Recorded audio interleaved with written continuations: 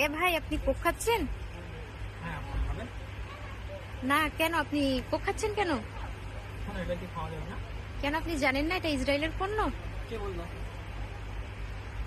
কে বললো? সারা বাংলাদেশে তো কোককে বয়কট করা হয়েছে, আপনি জানেন না? হ্যাঁ, এটা ইসরায়েলি পণ্য। হ্যাঁ। তো আপনি এই যে হাতে আইফোন, এটাও তো ইসরায়েলি পণ্য।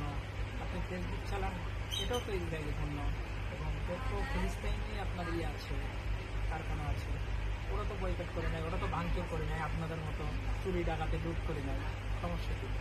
অত সব বুঝি না ভাই, সবাই বয়কট করছে, এটাই বাংলাদেশে বয়কট। আমি বয়কট তো করি নাই, চুরি ডাকাতিও করি নাই। না ভাই, এটা ঠিক না।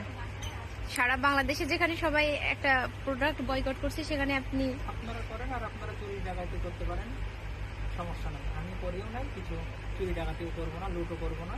আমার ভালো লাগে খাই। ওকে, ঠিক আছে, আমার জানানোর দরকার, জানিয়ে দিলাম। আগে আপনারা ফেসবুক, আইফোন বয়কট করেন, অনেক পণ্য আছে বয়কট করেন, তারপরে কোকে এসে। ওকে।